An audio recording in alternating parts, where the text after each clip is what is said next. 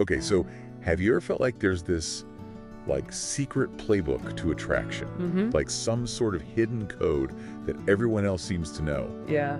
We're about to crack open one interesting guide Okay. that claims to have all the answers, All right. especially when it comes to conversations with women. Oh, I've heard about those guides. Right. They always promise the moon. This one's called Master the Art of Conversation with Women. Okay. And let me tell you, some of this advice is, Yeah. let's just say it's a wild ride. Yeah. But instead of just like dismissing it outright, we thought, why not treat it like a social experiment?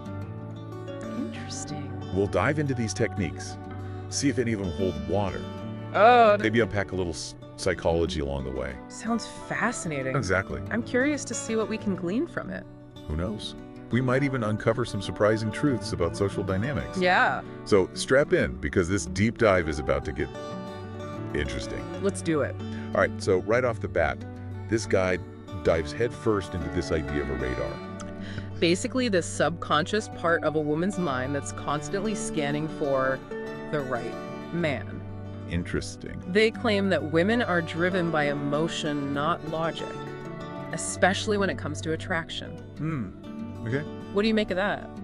Well, it's definitely playing on some age-old stereotypes. Yeah. But it's not entirely off base to say that emotions play a huge role in attraction. Okay. I mean, think about it. How often do we make decisions based purely on logic, That's true. especially when it comes to matters of the heart? Yeah, have we all felt that instant click with someone and the logic just flies out the window? Exactly. And there's a growing body of research that suggests our brains are wired to respond to certain cues in potential partners. Okay. Evolutionary psychology, for example, Mm-hmm. posits that we've inherited preferences for certain physical characteristics or personality types because they might have signaled things like good health Oh, wow. or strong parental instincts to our ancestors. So there could be some scientific backing to this radar concept. Even if it's not quite as simple as this guide makes it seem. Precisely. It's not that women are somehow incapable of rational thought Right. when it comes to attraction, but rather that our biology might be working behind the scenes, influencing our initial impressions and responses. So it's not like we're helpless puppets to our subconscious. Right. We have the capacity for reason, Okay. for learning from our experiences, and for making conscious choices about who we want to be with. That's reassuring because the guide then goes on to say that the key to triggering this radar is all about establishing yourself as higher status. Oh, here we go. Basically, make her feel like you're the prize she needs to win. They even use this example of women falling for bad boys as proof, Oh, claiming that their radar overrides common sense. wow. What's your take on that? Well, that's where this line of thinking gets a little murky. Okay. While confidence and social intelligence can certainly be attractive qualities, framing attraction as this power dynamic where one person needs to be above the other Right. is not only inaccurate but potentially harmful. Yeah, it's starting to feel a little manipulative, Exactly. like some sort of game. Healthy relationships are built on mutual respect, Right. equality, and genuine connection, not on trying to make someone feel inferior. This isn't about winning someone over, it's about connecting with them on an even playing field. Okay. I'm glad we cleared that up. That whole status thing was giving me some serious red flags. Yeah. But let's move on to the guide's advice on body language. Okay. This part actually surprised me a bit. Oh, really? Well, instead of all those usual tips about power poses Yeah. and maintaining eye contact, Yeah. this guide suggests something completely different. You should be comfortable. Interesting. That's not what I expected. Tell me more. Right. Yeah. It basically says to forget all those like rigid rules about posture and hand gestures. Okay. They even use this example of how you'd act differently around, say, a CEO versus a close friend. Yeah. With a friend, you're more relaxed, less self-conscious. And their point is to adopt that same energy with women. Exactly. Interesting. Like they're encouraging a more authentic, less calculated approach. there might be something to that. Really? Think about it, when we're overly focused on our own body language, trying to project a certain image, Okay. it can actually make us come across as stiff or insincere. Yeah. But when we're relaxed and comfortable, Right. it allows our natural charisma to shine through. So being comfortable in your own skin is genuinely attractive. Exactly. It's not just some pickup artist trick. And it makes sense from a psychological perspective, too. How so? Our nonverbal cues speak volumes about how we're feeling. Okay. When we're at ease, it signals to others that we're confident, approachable, and trustworthy. Right. On the other hand, if we're constantly fidgeting or averting eye contact, Yeah. it can send the message that we're nervous, insecure, or even trying to hide something. That makes a lot of sense. I've definitely been in situations where I felt awkward or out of place, Sure. and my body language probably reflected that. Right. But when I'm truly comfortable, I tend to be more animated, more expressive. Mm-hmm. And I think that just makes me more engaging to be around. Absolutely. And it's not just about romantic attraction either. Oh, really? This applies to all sorts of social interactions. Think about job interviews, Right? networking events, even just casual conversations with friends and acquaintances. Okay. When you're comfortable and confident in your own skin, Yeah. it allows you to connect with others on a more genuine level. So ditch the awkward power poses and embrace the comfortable couch vibe. I can get behind that. There you go. But what about the actual conversation itself? Yes. That's where things get even more interesting. Because This guide introduces a concept they call the 50-30-20 rule for conversation ratio. right, the conversation pie chart, Exactly. 50% about 30% about the environment and only 20% about you. That's right. Does that even sound remotely natural? Well, It seems like you need a calculator to keep track. like most formulas, taking it literally might lead to some pretty robotic interactions. Right. But I think this rule, however strange it might seem, Okay.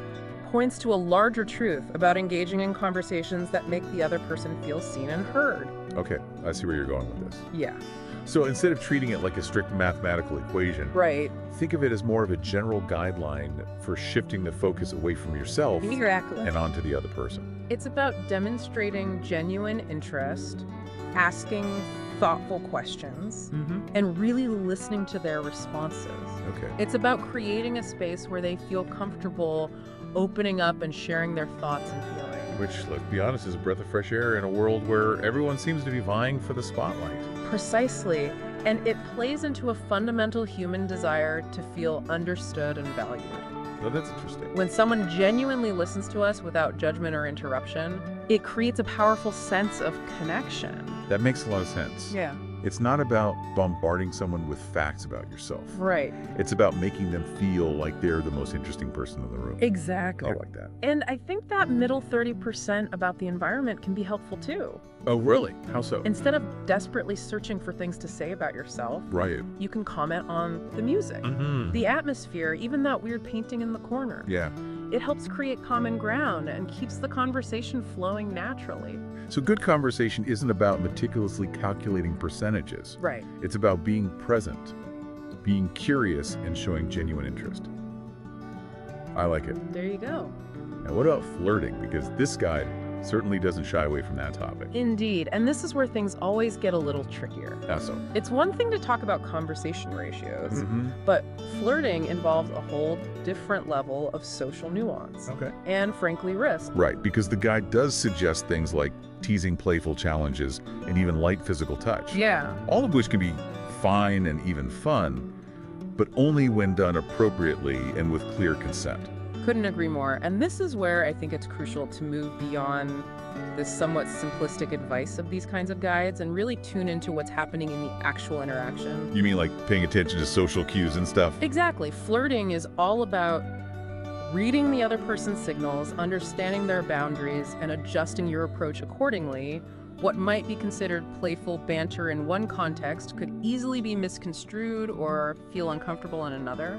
So context is key. It's not about just deploying a one-size-fits-all bag of tricks. Precisely. And honestly, I think that's a good rule of thumb for any kind of social interaction, not just flirting. We need to be mindful of the other person, their feelings, their comfort level.